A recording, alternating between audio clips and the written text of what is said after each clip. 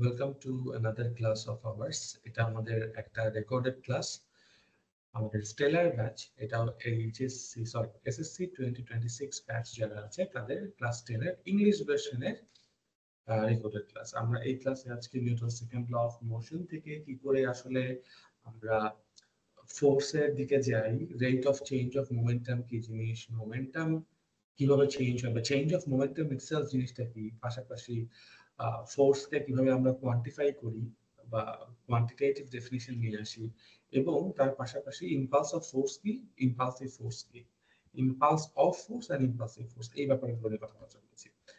তো দেরি না করে চলেন আমরা ক্লাসটা দেখে ফেলি। আমরা গত ক্লাসে যেহেতু পর্যন্ত পড়েছি কি বলে এটাকে, ও আচ্ছা, বাই দা ওয়ে, আচ্ছা এটা ক্লাসের শেষে ওইখানে ওই ওই ওই ইয়াটা দাও তো আমাকে। আচ্ছা, ক্লাসের শেষে ইনশাল্লাহ যে এক্সামটা নিব, হ্যাঁ, ডেলি ডেলি এক্সাম। আচ্ছা আচ্ছা, ঠিক আছে, এখন আমরা টপিকে আসি। সো দেখো, আমরা নিউটন সেকেন্ড লতে, আচ্ছা আমাকে কেউ একজন বলো, হোয়াট ওয়াজ নিউটন সেকেন্ড ল?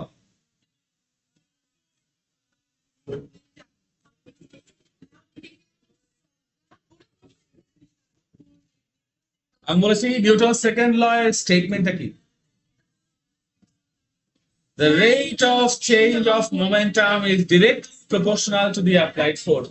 কখনো ফোর্সের কথাটা আগে আসবে না। আমি আগের দিন বুঝিয়েছিলাম যে ওই যে একটা হচ্ছে কজ, একটা হচ্ছে গিয়ে effect.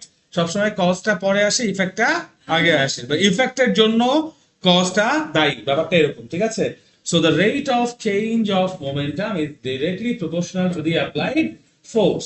So let us assume যে এইটা একটা এম ম্যাসের অবজেক্ট আমাদের কাছে আছে, ঠিক আছে? টি ইকুয়ালস টু জিরো মোমেন্টে যখন আমরা এটাকে অবজার্ভ করা শুরু করেছি, সেই মোমেন্টে আমরা অবজেক্টের উপর একটা এফ ফোর্স কাজ করতে দেখেছি, অ্যাজিউম করে নিচ্ছি, ঠিক আছে? এবং ওই একই মোমেন্টে যখন আমরা ইনিশিয়াল ভেলোসিটি মাপছি, মিহিকা দেখো একটু, ইনিশিয়াল ভেলোসিটি যখন মাপছি পেয়েছি ধরো ইউ, ওকে, একটা নির্দিষ্ট টাইম চলে গেছে, পাস হয়েছে। সো কিছুক্ষণ টাইম পর, হ্যাঁ, ওকে, কোনো সমস্যা নাই, দেখতে পাচ্ছিস? ঠিক আছে, চলবে। এখন দেখ, T equals to T second time পর্যন্ত আমরা এটাকে অবজার্ভ করছি। এই টাইমের মধ্যে আমরা এখানে ফোর্সের ম্যাগনিটিউডে কোনো চেঞ্জ দেখি নাই, ফোর্সের ডিরেকশনে কোনো চেঞ্জ দেখি নাই। সো দ্যাট মিনস আমি কি বলতে পারি একটা কনস্ট্যান্ট ফোর্স কাজ করছে? ওকে, সো এই কনস্ট্যান্ট ফোর্স কাজ করার পরেও আমরা দেখতে পাইছি যে এই অবজেক্টের ভেলোসিটি আগের মতো নাই, velocity চেঞ্জ হয়ে v হয়েছে, but also the mass did not change, the mass was constant, ঠিক আছে? ওকে, সো এই ঘটনা যদি ঘটে তাহলে যখন আমরা ঘটনা অবজারভেশন শুরু করেছি সেই মোমেন্টের মোমেন্টামকে বললাম PI, because I being initial, PI হচ্ছে ইনিশিয়াল মোমেন্টাম বলা যায়। যদি আমি বলি পিআই হচ্ছে ইনিশিয়াল মোমেন্টাম ইকুয়ালস টু কতটুকু হবে, এমইউ, মোমেন্টাম বলতে মাস টাইমস ভেলোসিটি। আবার যখন হচ্ছে গিয়ে অবজেক্টটা আমার সেকেন্ড পজিশনে আছে, যখন আমরা অবজারভেশন শেষ করেছি, পিএফ সেটাই বস্তু কত বলবো আমরা, এম ভি। এখন according to the second law of Newton কি বলেছে, দ্য রেট অফ, ওকে, ঠিক আছে, so the rate of change of momentum is directly proportional to the applied force and the momentum changes along the direction of the force.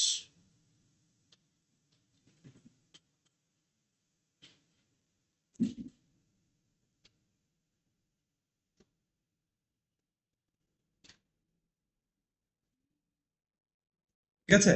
এখন we all know about this, right? একটা জিনিস একটু চিন্তা করে দেখো, যদি আমরা আমাদের এই আপওয়ার্ড মানে উপরে যে কেসটা আছে এই কেসটার অ্যাকচুয়াল ম্যাথমেটিক্যাল সিনারিও যদি চিন্তা করি, আমাদের এখানে ফার্স্টে যেটা বাইট করতে হবে সেটা হচ্ছে rate of change of momentum, ঠিক আছে? Rate of change of momentum মানে আসলে কি? আমাকে বলো তো, এটার অ্যাকচুয়াল মিনিং হচ্ছে change of momentum per unit time, তাই না?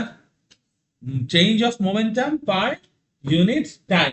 তাহলে আমাকে এই একটা কোয়ান্টিটি একটা বাইর করতে হবে। এই কোয়ান্টিটিটাও বের করার আগে আমাকে বাইর করতে হবে চেঞ্জ অফ মোমেন্টাম কত, তারপর না আমি পার ইউনিট টাইম বের করবো, তাই না?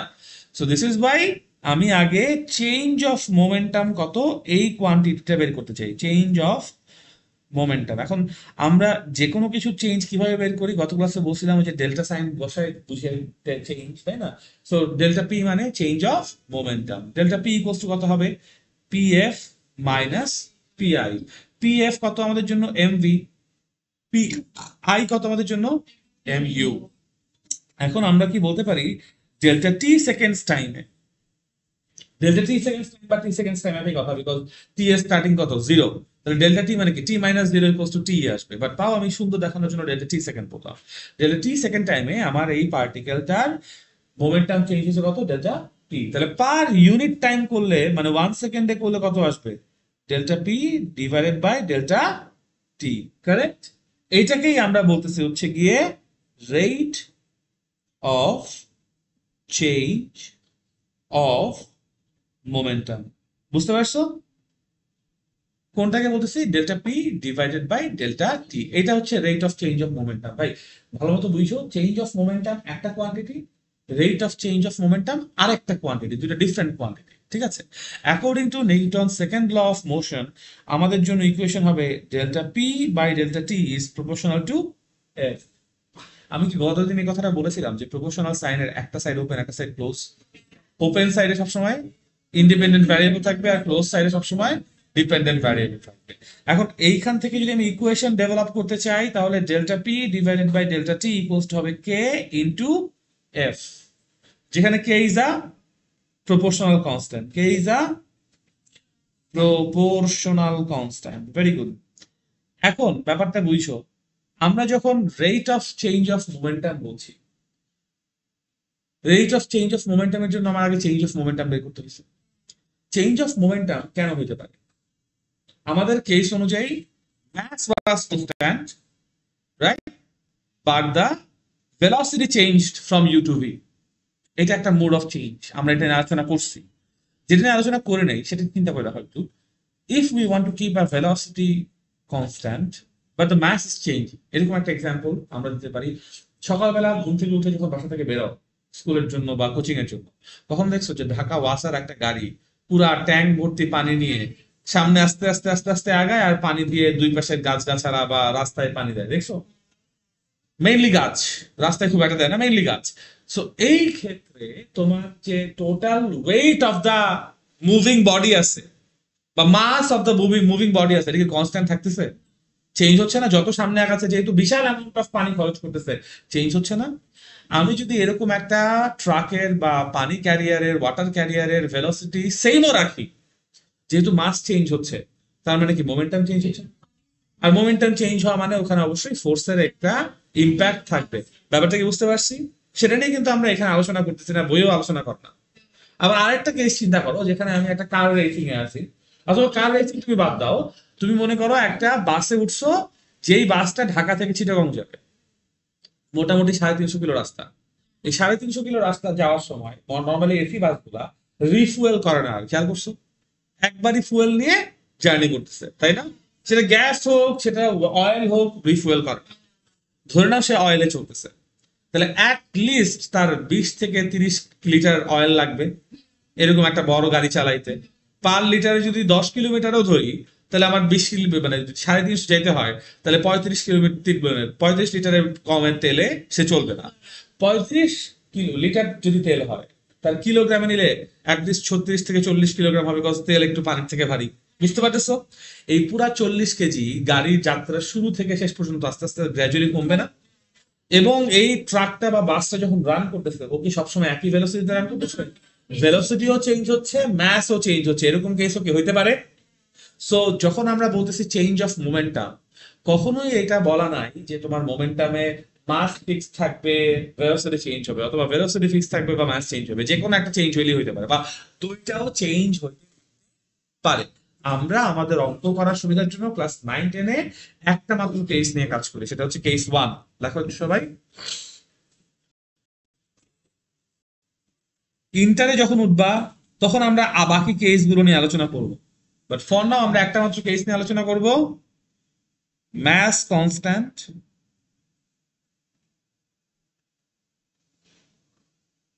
magnitude of velocity variable।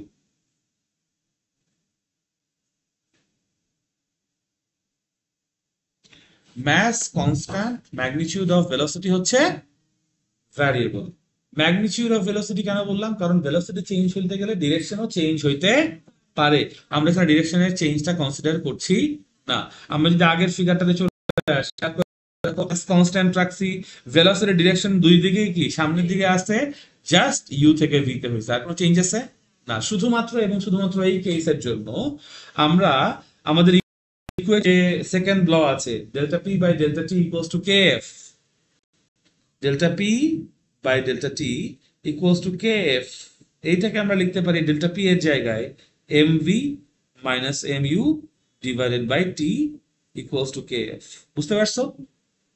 অন্য কোনো কেসের জন্য লেখা যাবে না। যেমন ওই যে পানির গাড়ির ক্ষেত্রে যেটা বলছিলাম, ভেলোসিটি সেম আছে, ম্যাস চেঞ্জ হচ্ছে। যদি তাই আমি এই ইকুয়েশনে রাখি, ফার্স্ট অফ অল দুইটা এম, দুইটা দুই রকম হবে, একটা এম টু হবে, একটা এম ওয়ান হবে। বুঝতে পারছো? আর ভি মাইনাস ইউ দুইটা একই রকম হবে না? যদি একই রকম হয় তাহলে V minus V equals to কত আসবে? জিরো আসবে না? আইডিয়াটা বুঝাইতে পারছি? সো তো তাই আমি এই ইকুয়েশনটা মানে M V minus M U by T অন্য কোনো কেসে ইউজ করতে পারবো না, এটা এই কেসেই রাখতে হবে। অন্য কেসের জন্য অন্যরকম সমীকরণ আসতে হবে। কি আসতে হবে সেটা আমরা পরে দেখবো, নট নাও। ঠিক আছে? কোনো কনফিউশন আছে এই পর্যন্ত? না। এখন আমরা যদি বাম পাশ থেকে মাসটা কমন নেই, আমি বলতে পারি V minus U divided by T equals to K F থাকে। এই V minus U divided by T এটাকে আমরা ফিজিক্সে বলছি এক্সেলারেশন, তাই না? M A equals to K F, right? এইটুকুকে এক নাম্বার ইকুয়েশন দেওয়া দেওয়া উচিত। এবং তারপর আমরা এসআই ইউনিট অফ ফোর্স এমন ভাবে ডিফাইন করছি, not any other unit, not metric system unit, not imperial system unit, because ফোর্সের অনেক রকম ইউনিট আছে। ফুট পাউন্ড বলে একটা ইউনিট আছে, যেটা আমরা এখনো করি নাই, ইন্টারভিউ হয়তো বা করবো। তারপর ডাইন বলে একটা ইউনিট আছে, মানে এরকম ফোর্সের অনেক রকম, ডাইন ডিওয়াইএনই, ডাইন। সো এরকম অনেক রকম ইউনিট আছে। সব ইউনিটের ক্ষেত্রে আমি এখন যেটা বলবো সেটা প্রযোজ্য না। Only SI unit of force কে এমন ভাবে ডিফাইন করা হয়েছে যেন এই কে ইকুয়ালস টু 1 হয়। এখন এসআই ইউনিটকে কিভাবে ডিফাইন করা হয়েছে? বলা হয়েছে যদি আমরা 1 কিলোগ্রাম মাসের একটা অবজেক্ট নেই, বা এসআই ইউনিটে একটা ইউনিট মাস নেই, সেই ইউনিট মাসের উপর যেই অ্যামাউন্ট অফ ফোর্স অ্যাপ্লাই করলে তুমি তার 1 meter per second square acceleration trace করতে পারবা। আমি আবারও বলি, ইউনিট একটা ম্যাসের ক্ষেত্রে যেই অ্যামাউন্ট অফ ফোর্স অ্যাপ্লাই করলে তার এক্সিলারেশন ইউনিট হবে, এসআই ইউনিটে 1 মিটার পার সেকেন্ড স্কোয়ার হবে, তাকে আমরা 1 নিউটন অফ ফোর্স বলছি। বুঝতে পারছো? এইভাবে ফোর্সের এসআই ইউনিটকে ডিফাইন করার পর এবং এই ভ্যালুগুলো যদি আমরা ইকুয়েশন 1 এ ইনপুট দেই, তাহলে 1 টাইমস 1 ইকুয়ালস টু আসে k Times 1, which gives us k equals to 1। ঠিক আছে? এবং আবারও বলছি, এসআই ইউনিটের জন্যই কেবলমাত্র এটা প্রযোজ্য। এসআই ইউনিট অফ ফোর্স নিউটনকে এমন ভাবে ফিক্স করা হয়েছে যেন k equals to 1 হয়, এবং এবং মাস অ্যান্ড এক্সিলারেশনের মাল্টিপ্লিকেশন হয়ে যে কোয়ান্টিটি আসবে তার ইউনিট, তার ডিমেনশন এক্স্যাক্টলি ফোর্সের ইউনিট, ফোর্সের ডিমেনশনের সমান হবে, which is why কে একটা প্রপোর্শনাল কনস্ট্যান্ট, বাট সে এমন একটা কনস্ট্যান্ট যেটা ইউনিটলেস এবং ডিমেনশনলেস। অবশ্যই আমরা এমন ভাবে নিউটনকে ডিফাইন করেছি যেন ম্যাস অ্যান্ড এক্সিলারেশনের প্রোডাক্ট হিসেবে যে নতুন কোয়ান্টিটি আসবে সেই কোয়ান্টিটির ইউনিট এবং ডিমেনশন ডিরেক্টলি ফোর্সের ইউনিট এবং ডিমেনশনের সমান হবে, which is why k will be a unitless এবং dimensionless constant যার ম্যাগনিটিউড জাস্ট 1। বুঝতে পারছি? নর্মালি চিন্তা করে দেখো, তোমার ফোর্সের এবং ম্যাস এক্সেলারেশনের প্রোডাক্টের যদি ইউনিট এবং ডিমেনশন একই হয়, তাহলে বোথ সাইড থেকে দুইটা কাটাকাটি চলে যায় না? কোনো ইউনিট বা কোনো ডিমেনশন থাকে আর? সো কে এই জন্য একটা ইউনিটলেস বা ডিমেনশনলেস কনস্ট্যান্ট, প্রপোর্শনাল কনস্ট্যান্ট। বুঝাইতে পারছি? কোনো কনফিউশন আছে এই পর্যন্ত? Very good. সো আমরা তখন গিয়ে বলতে পারি Newton second law of motion থেকে M A equals to F, অথবা F equals to M A. কখন, কোন কেসে? যেখানে ম্যাস কনস্ট্যান্ট, যেখানে ম্যাগনিটিউড অফ ভেলোসিটি ভ্যারিয়েবল। যখনই আমরা এটাকে এসআই ইউনিটে নিয়ে আসবো, তখনই আমরা F equals to M A বলতে পারবো। এখানে আরো আরো একটা লাস্ট কনসিডারেশন আছে বা কন্ডিশন আছে, সেটা হচ্ছে ফোর্স একটাই ছিল, একটাই ফোর্স ছিল এফ। যদি মাল্টিপল ফোর্স হয় তখন কি হবে সেটাও দেখাচ্ছি, বাট এখানে একটাই ফোর্স। এখন আমাকে একটা কথা বলো, এই অবজেক্টটা যে এক্সিলারেট করবে, সেই এক্সিলারেশনের জন্য দায়ী কে? ফোর্স। মানে এক্সিলারেশন হয়েছে কেন? কারণ মোমেন্টাম চেঞ্জ হয়েছে। মোমেন্টাম চেঞ্জ হয়েছে, এটা হিসেবেই তো আমি এক্সেলারেশন ক্যালকুলেট করতে পারি। তাহলে মোমেন্টাম কেন চেঞ্জ হয়েছে? ফোর্স অ্যাপ্লাই হয়েছে। সো উইচ ইজ ওয়াই আমরা বলতে পারি এক্সেলারেশন এই জন্য হয়েছে বিকজ ওইটার উপর তুমি ফোর্স অ্যাপ্লাই করছো। ক্লিয়ার? এখন তুমি একটা ফোর্স অ্যাপ্লাই করছো, দ্যাটস ওয়াই ফোর্সের ডিরেকশন এক্সেলারেট করছে। যদি 10টা ফোর্স অ্যাপ্লাই করতাম, 10টা ফোর্সের ডিরেকশন অ্যাপ্লাই হইতো। এখন 10টা ফোর্সের ডিরেকশনে তো আর আলাদা আলাদাভাবে এক্সেলারেট করবে না। 10টা ফোর্সের জন্য আমরা জানি নিউটন, সরি চ্যাপ্টার 2 তে পড়ে আসছি যে যদি একের বেশি ভেক্টর কোনো অবজেক্টের উপর কাজ করে তাহলে ভেক্টর অ্যাডিশন করা যায়, এবং ভেক্টর অ্যাডিশন থেকে আমি একটা রেজাল্টেন্ট ভেক্টর পাই। সো যদি 10টা ফোর্স কাজ হয়, 10টা ফোর্সের জন্য রেজাল্টেন্ট কয়টা হবে? একটাই হবে। মানে ব্যাপারটা বুঝছো? আমরা Newton second of law of motion সবসময় তখনই অ্যাপ্লাই করতে পারবো যখন অবজেক্টের উপর একটা ফোর্স আছে। সো একটা 10টা ফোর্স থেকে একটা ফোর্স আনার ওয়ে কি? 10টাকে ভেক্টর অ্যাডিশনে ফেলো এবং একটা রেজাল্টেন্ট দাও। আমি কি বুঝাইতে পারছি? যদি একটা ফোর্স না হয় আমি কি নিউটন সেকেন্ড ল অ্যাপ্লাই করতে পারবো? না। মানে পারবো, বাট আমাকে 2-3টে স্টেপ করে ওই একটা ফোর্সে কনডেন্স করতে হবে। সো যদি আমরা এখন একটা না, এটাকে সিনারিও বলতেছি, যেই সিনারিওতে তোমার কাছে একটা অবজেক্ট আছে, সেই অবজেক্টের মাস তুমি বলছো এম, সেই অবজেক্টের উপর তোমার একটা ফোর্স আছে F1, আর একটা ফোর্স আছে F2, আর একটা ফোর্স আছে F3। তখন তোমার অবশ্যই একটা রেজাল্টেন্ট ফোর্স বের করতে হবে, যে resultant force Fr equals to হবে vector F1 plus vector F2 plus vector F3। এই জন্য ভেক্টর সাইন দিচ্ছি কারণ এটা অ্যালজেব্রিক সামেশন না। 10, 20, 30 তিনটা ফোর্স হলে যে অ্যাডিশন আমার ডিরেক্টলি 60 হয়ে যাবে, ব্যাপারটা এরকম না। ডিপেন্ড করবে তাদের অ্যাঙ্গেলের উপর। দিস ইজ বাই এই এফআরটা কি একটা ভেক্টর রেজাল্টেন্ট বা ভেক্টর অ্যাডিশনের রেজাল্ট। ঠিক আছে?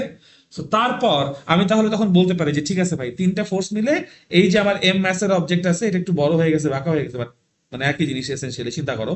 তখন আমার মধ্যে ফোর্স যেটা আছে এটাকে বলবো হচ্ছে কি আমরা এফ আর। মানে ওই উপর থেকে এই নিচে আমাকে আগে কনভার্সন করতে হবে, তারপর আমি বলতে পারবো ঠিক আছে এই এফ আর এর জন্য অবজেক্টের যে এক্সেলারেশন আছে সেটাকে বলবো এ আর। সুতরাং এফ আর ইকুয়ালস টু বলবো এম এ আর। বুঝতে পারছো? বই আসলে এফ আর বলে না, এই বইয়ে ওরা বলছে summation of F equals to M. Summation of F মানে কি? সামেশন অফ এফ মানে আমাদের বইয়ে যে ওয়ার্ডটা ইউজ করছে সেটাকে বলে নিট ফোর্স। নিট ফোর্সের আরেকটা সিনোনিম হচ্ছে টোটাল ফোর্স। টোটাল ফোর্সের আরো একটা সিনোনিম হচ্ছে অ্যাক্টিভ ফোর্স। অ্যাক্টিভ ফোর্স কেন বলতেছি? একটা অবজেক্টের উপর ফোর্স আছে বা তার কোনো অ্যাক্টিভেশন নাও থাকতে পারে। ফর এক্সাম্পল তোমার উপর নাইট গ্র্যাভিটি আছে, বাট গ্র্যাভিটির জন্য তুমি নিচে পড়তেছো, তুমি বসে আছো বিকজ টেবিল তোমাকে উপরের দিকে একটা ভার্টিক্যাল রিয়াকশন দিয়ে আটকায় রাখছে। সো ওটাকে আমি অ্যাক্টিভ ফোর্স বলবো না। মানে যেই ফোর্স তোমাকে মোশনে নেবে সেই তোমার জন্য অ্যাক্টিভ ফোর্স।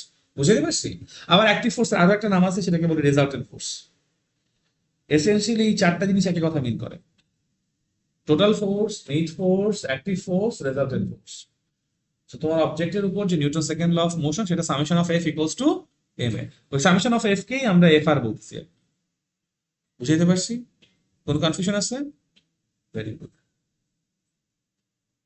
এইটাই হচ্ছে নিউটন সেকেন্ড ল মোশনের F equals to M A যে মানে ফর্মটা, সেই এম এ ফর্মের অ্যাকচুয়াল এক্সপ্লেনেশন। ঠিক আছে? বাট আমি আবারও বলছি, সবসময় এফ ইকুয়ালস টু এম এ না, শুধুমাত্র একটা স্পেসিফিক কেসে এফ ইকুয়ালস টু এম এ। কোন স্পেসিফিক কেস? যখন ম্যাস কনস্ট্যান্ট, ভেলোসিটি ভ্যারিয়েবল এবং ফোর্স কয়টা? যদি 10টা ফোর্স থাকে আমাকে একটা ফোর্সে নামাইতে হবে কিভাবে? ভেক্টর অ্যাডিশন করে রেজাল্টেন্ট বাই করতে হবে, তারপর আমাকে কাজ করতে হবে। ফর এক্সাম্পল তোমরা কি দেখবা, আমি করাবো অঙ্ক, তাও আগেই দেখাই। সেটা হচ্ছে, মনে করো একটু একটা হুইল আছে, এই হুইলটার উপর মানে হুইলটাকে আমি সামনে চালাচ্ছি, বাট হুইলটা একটা রাফ সারফেসের উপর আছে। সো রাফ সারফেসের উপর থাকা মানে তুমি ফোর্স যতই দাও না কেন, তার অবশ্যই অপোজিট দিকে একটা ফ্রিকশনাল ফোর্স ডেভেলপ করবে, করবে না? সো এই অবজেক্টের এক্সেলারেশন যদি সামনে হয়, তাহলে আমার ফর্মুলা হচ্ছে summation of F equals to কত, এম এ। এখন সামেশন অফ এফ মানে কি, রেজাল্টেন্ট অফ এফ। এখন এই অবজেক্টের উপর কয়টা ফোর্স কাজ করছে? দুইটা। আমাদের ফিগার অনুযায়ী দুইটা। কয়টা? দুইটা। কোন দিকে কোন দিকে? একটা ডানে একটা বামে। সো ডান দিকটাকে তুমি যদি প্লাস দাও, বাম দিকটাকে কি হবে?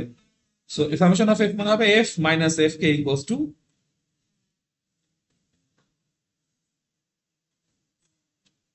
বুঝতে পারছি, যেখানে এফ কে আমরা বলবো হচ্ছে কি kinetic friction force. Kinetic friction কি এই চ্যাপ্টারের শেষে কি আমরা পড়বো, বা সামনেই পড়বো আর কি আসলে।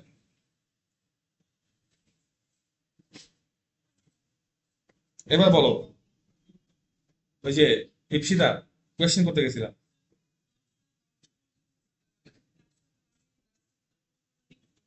জি, মানে রেজাল্টেন্ট বের করার পর যেটা পাবো সেটাই নিট ফোর্স, রেজাল্টেন্ট ফোর্স বা অ্যাক্টিভ ফোর্স বা ফোর্স।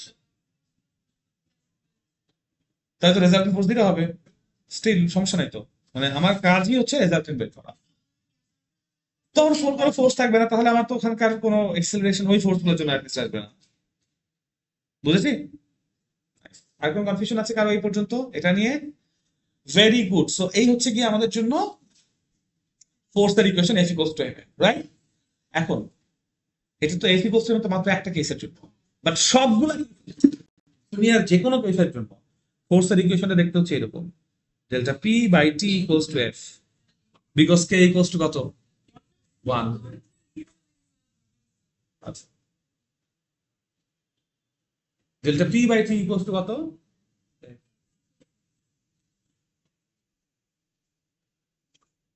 বিকজ ডেল্টা পি হচ্ছে change of momentum, delta P by T হচ্ছে rate of change of momentum. এখানে কোথাও বলা নাই যে মাস কনস্ট্যান্ট নাকি ভেলোসিটি কনস্ট্যান্ট, বলা নাই। জাস্ট আমি এখানে চেঞ্জ অফ মোমেন্টামের ইকুয়েশন নিয়ে কাজ করছি। তাহলে দুনিয়ার যে কোনো ফোর্সের জন্য delta P by T equals to F, আর স্পেসিফিক একটা কেসের জন্য F equals to M A বা এম ইকুয়ালস টু এফ, সেটা হচ্ছে যখন মাস কনস্ট্যান্ট, ফোর্স একটা, ভেলোসিটির ম্যাগনিটিউড ভ্যারিয়েবল।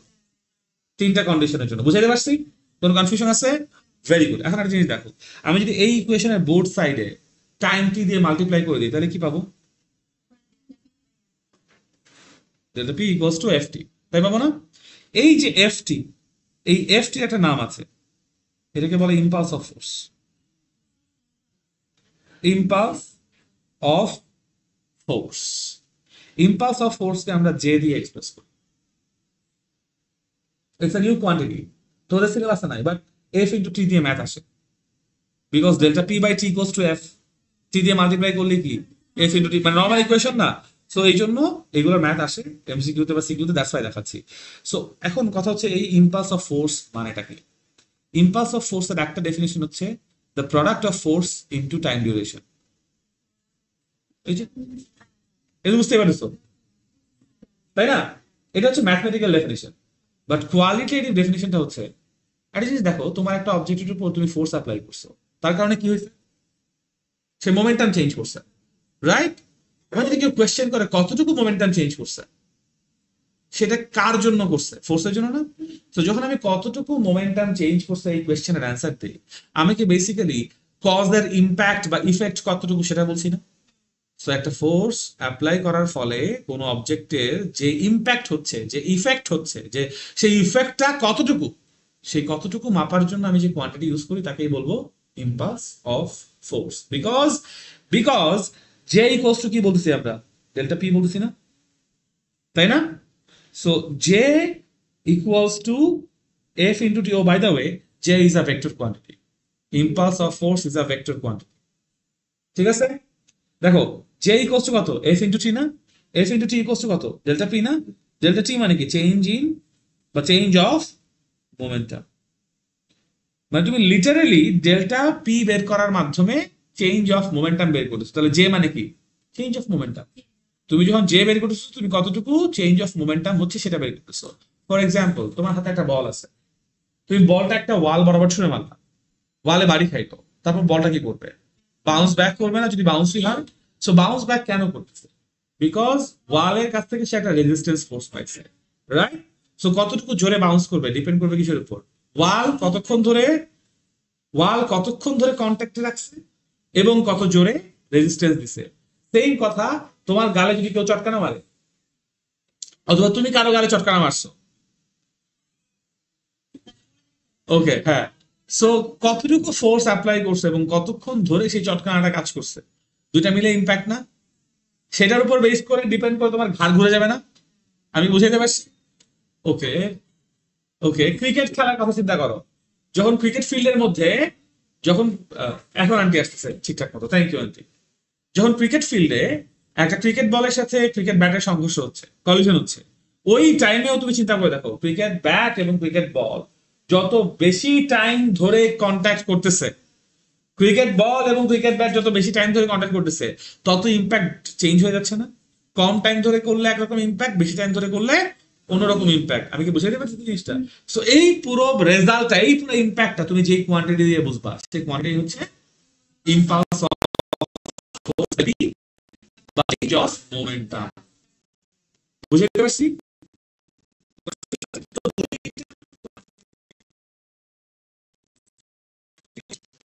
ফোর্স হচ্ছে rate of change of momentum, তাই না? ফোর্সের ইকুয়েশন কি? F equals to delta P by P, right? আবার আরেকটা ইকুয়েশন যেটা নিয়ে কথা বলতেছি আমরা, সেটা হচ্ছে impulse of force. Impulse of force মানে শুধুমাত্র চেঞ্জ অফ মোমেন্টাম, এখানে কোনো কি নাই, রেট নাই, তাই না? এবং ইম্পালস অফ ফোর্সকে আমরা জে দিয়ে এক্সপ্রেস করি, জে ইকুয়ালস টু হচ্ছে এফ ইন্টু টি, F into T equals two হচ্ছে ডেল্টা পি। বুঝাইতে পারছি? দুইটা কিন্তু নাম বলতে, মুখে বলতে, কানে শুনতে একই রকম অনেকটা। একটার মধ্যে রেট আছে, আরেকটার মধ্যে রেট নাই। একটা ফোর্স আর একটা ইম্পালস অফ ফোর্স, তাই না? কিন্তু দুইটা একই জিনিস। ক্লিয়ার করতে পারছি? কোনো কনফিউশন আছে? এখন একটা জিনিস দেখো, এই যে F into T equals to delta P, case one এর জন্য যদি বলি, তাহলে ডেল্টা পি ইকুয়ালস টু কি? তো তোমাকে যদি আমি মাস বলে দেই, ভেলোসিটি গুলা বলে দেই, তাহলে আমি বের করতে পারবো না চেঞ্জ ইন মোমেন্টাম কতটুকু? কোন কনফিউশন আছে? কোন কোয়েশ্চেন আছে এই পর্যন্ত? অঙ্ক করাবো এগুলো আমি সামনে, তখন আরো ক্লিয়ার হবে। বাট আইডিয়াটা বুঝাইতে পারছি? Very good, very good. এখন দেখো, আরেকটা টার্ম যেটা পড়াবো, সেটা নাম হচ্ছে impulsive force.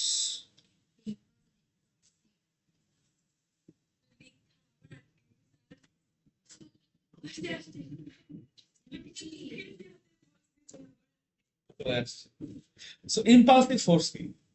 Impulsive force is the type of force. দেখো, impulse of force is not a force, right? But impulsive force is a force. দুইটা। Impulsive force এর ডেফিনিশন হচ্ছে যেই ফোর্স খুব অল্প টাইমের জন্য but in a big magnitude কাজ করে। ফর এক্সাম্পল 10 নিউটন মানের একটা ফোর্স যদি মাত্র 0.002 সেকেন্ডের জন্য কাজ করে, তাহলে টাইম ডিউরেশনের সাথে ফোর্সের তুলনা করলে, কম্পেয়ার করলে হিউজ মানের ফোর্স না? তুমি যদি ডিভাইড করো 10 বাই 0.002, জাস্ট নাম্বার গুলা, ইউনিট না, জাস্ট নাম্বার গুলা, তাহলে 5000 টাইমস না? যতটুকু টাইম ডিউরেশন, তার 5000 টাইমস মানের একটা ফোর্স কাজ করছে। এটা হিউজ ফোর্স না compare to the time duration? এটাকে তুমি ইম্পালসিভ ফোর্স বলতে পারো।